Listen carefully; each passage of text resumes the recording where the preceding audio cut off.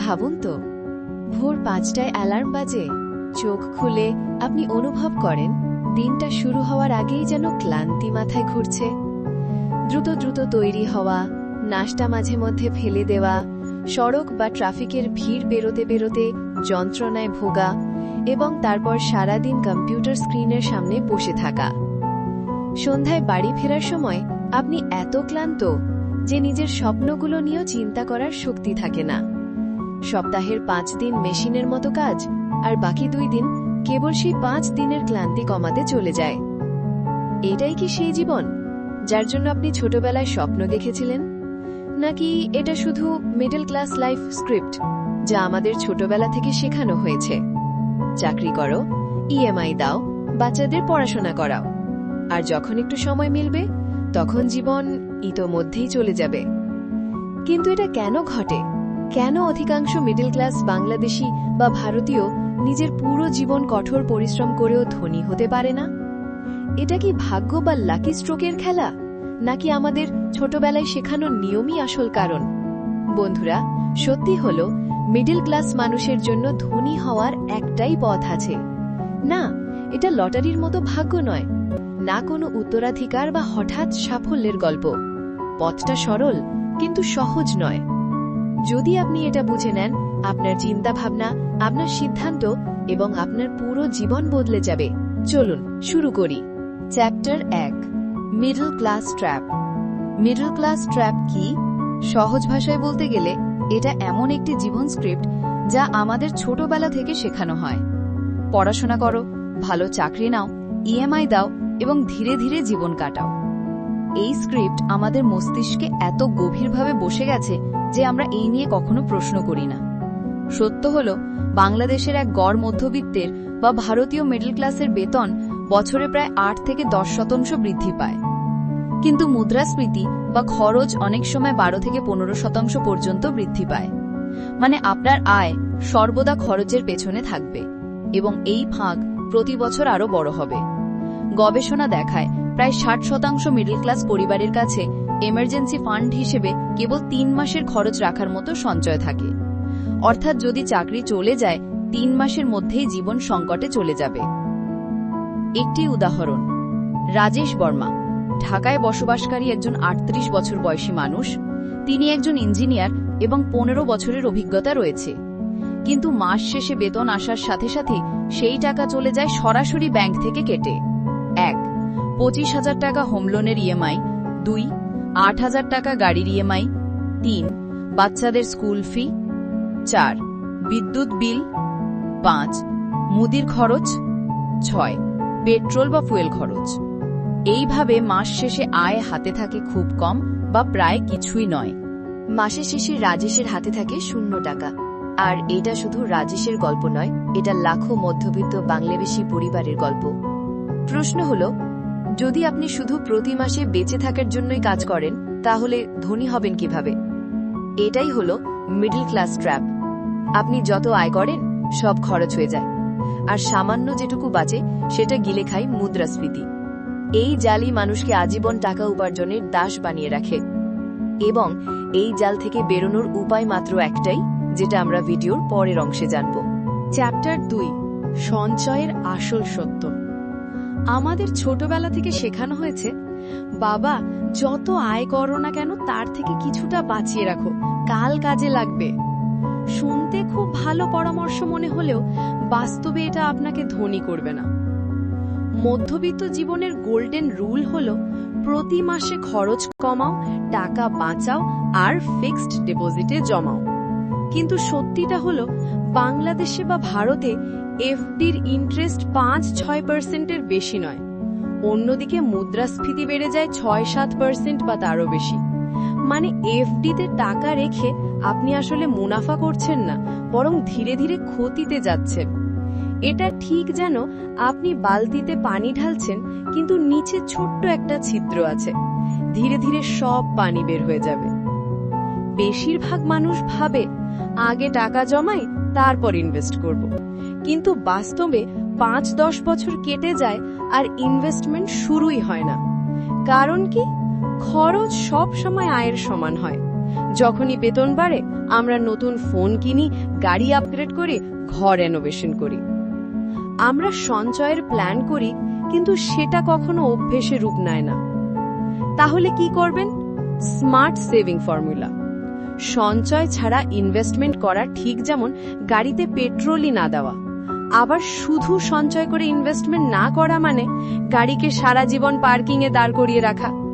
তাই নিয়ম হলো কমপক্ষে 20 থেকে 30% আয় সরাসরি ইনভেস্টমেন্টে দিতে হবে, যেমন এসআইপি, ইন্ডেক্স ফান্ড, শেয়ার বা রিটস। একই সাথে 3 থেকে 6 মাসের এমার্জেন্সি ফান্ড আলাদা রাখুন। বাকি টাকায় গিল্ট ফ্রি খরচ করুন। সিম্পল রাখুন, বেশি হিসেব করলে জীবনটাই ক্যালকুলেশন হয়ে যাবে। একটি উদাহরণ, রবি আর আরিফ দুজনেরই মাসিক আয় 40,000 টাকা। বাসি রবি প্রতি মাসে 5,000 টাকা বাঁচিয়ে এফডিতে জমায়, আর আরিফ প্রতি মাসে 5,000 টাকা এসআইপিতে ইনভেস্ট করে। 15 বছর পর রবির হাতে জমে 13 লাখ টাকা, আর আরিফের হাতে থাকে 28 লাখ টাকা। দুজনেই সমান সঞ্চয় করেছে, কিন্তু পার্থক্য হলো কোথায় সেই টাকা রাখা হয়েছে। সঞ্চয় দরকার, কিন্তু তার থেকেও বেশি দরকার সেই সঞ্চয়কে সঠিক জায়গায় কাজে লাগানো। কারণ টাকা শুধু জমিয়ে রাখলে সেটা বাড়বে না, তাকে কাজ করাতে হবে। এবার চলুন আসল বিষয়ে আসি, যা এই ভিডিওর মেইন হাইলাইট পয়েন্ট। চ্যাপ্টার 3, মধ্যবিত্তদের ধনী হওয়ার আসল পথ।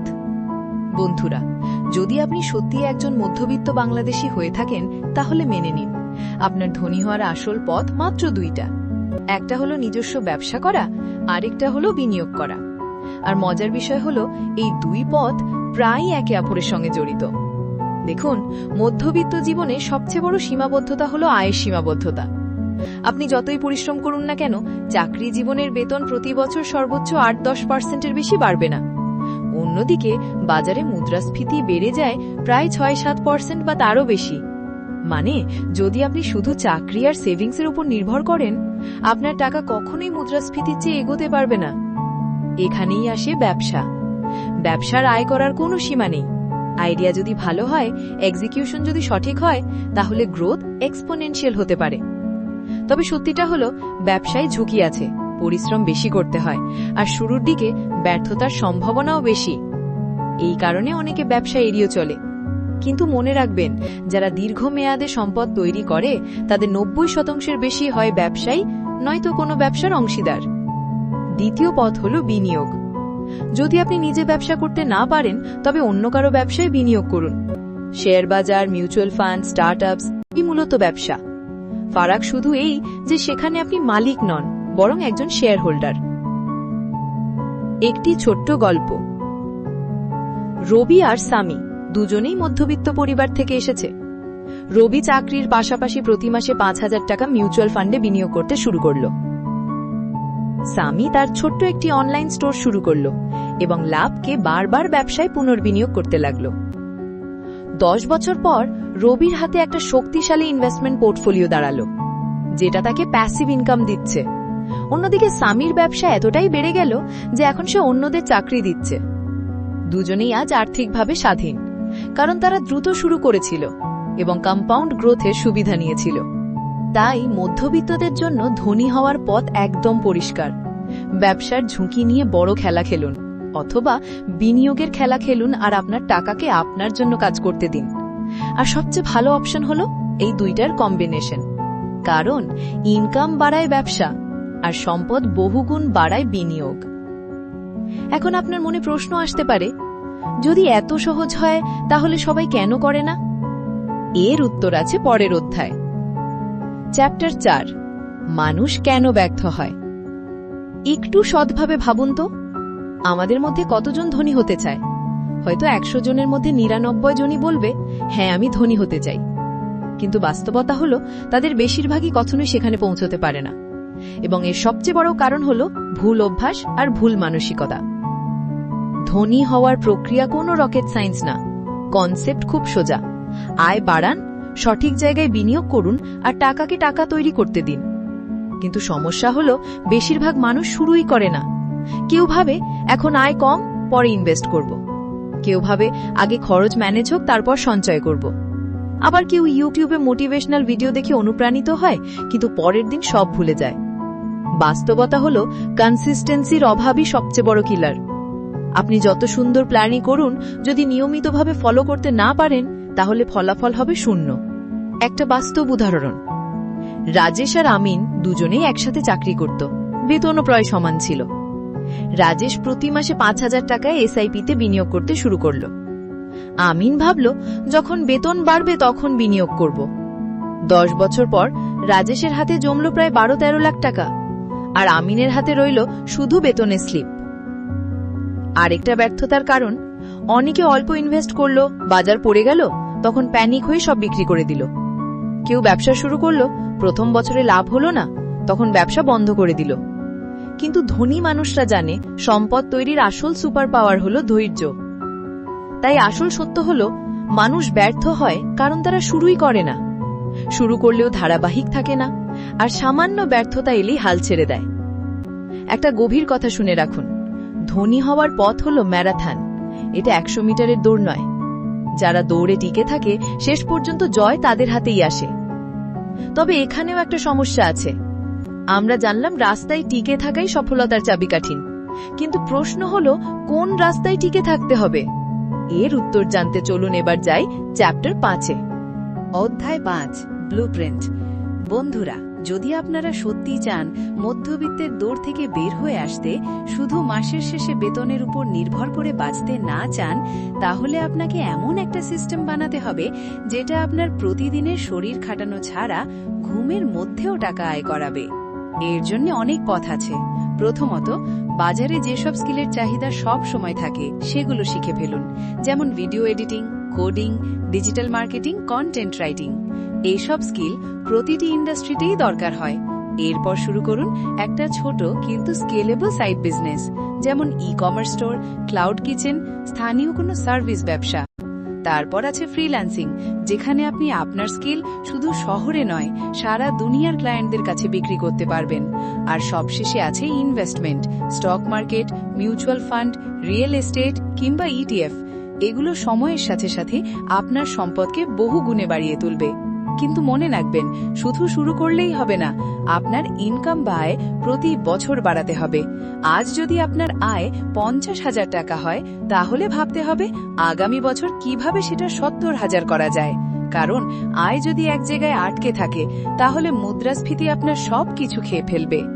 আর ইনকাম বাড়ার সাথে সাথে অন্তত 30-40% টাকা গ্রোথ অ্যাসেটে বিনিয়োগ করুন।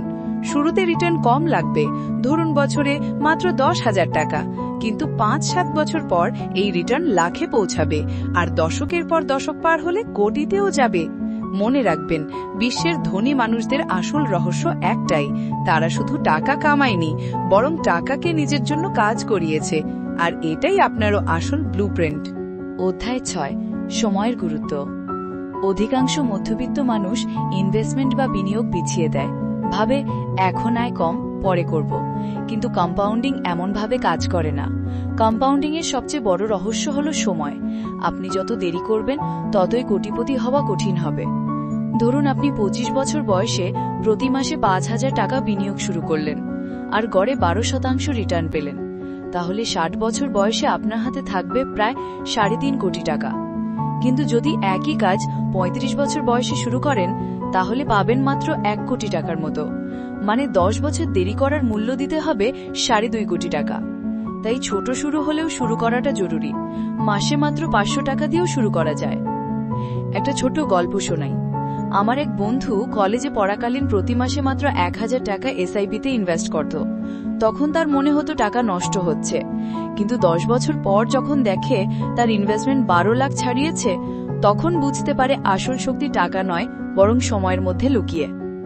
মনে রাখবেন, যে দ্রুত দৌড়ায় সে আগে পৌঁছায়, কিন্তু যে ধীরে ধীরে অবিরাম চলে সেই সবচেয়ে দূরে যায়। অধ্যায় 7, শেষ বার্তা।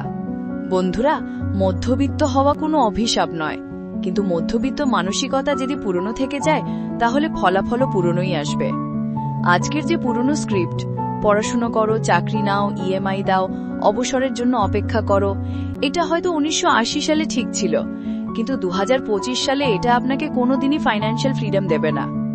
যদি দৌড়ে এগোতে চান তাহলে স্ক্রিপ্ট পাল্টাতে হবে। শুধু টাকার জন্য কাজ করবেন না, বরং টাকাকে আপনার জন্য কাজ করান। এর জন্য একটা লাইফ স্ট্র্যাটেজি দরকার। প্রথমে শিখুন স্কিলস, ফাইন্যান্স আর মার্কেটের খেলা। তারপর কামান, চাকরি, সাইড বিজনেস, ফ্রিল্যান্সিং কিংবা ইনভেস্টমেন্ট রিটার্ন থেকে। তারপর নিবেশ করুন এমন অ্যাসেটে যা আপনার ঘুমের মধ্যেও টাকা আয় করবে। আর তারপর এই সাইকেলকে বারবার চালিয়ে যান, বছরের পর বছর ধরে। কারণ বাংলাদেশে কিংবা পৃথিবীর যে কোনো জায়গায় মধ্যবিত্তের ধনী হওয়ার একটাই পথ আছে। শিখুন, কামান, নিবেশ করুন আর পুনরাবৃত্তি করুন। এই ভিডিওটি ছিল বিজনেস প্যাসেঞ্জার ডিকে চ্যানেলের পক্ষ থেকে। যদি ভালো লেগে থাকে তবে সাবস্ক্রাইব করুন আর পাশে থাকুন আমাদের সাথে, যাতে আপনারও জীবন বদলে যায় আগামী দিনের জন্য।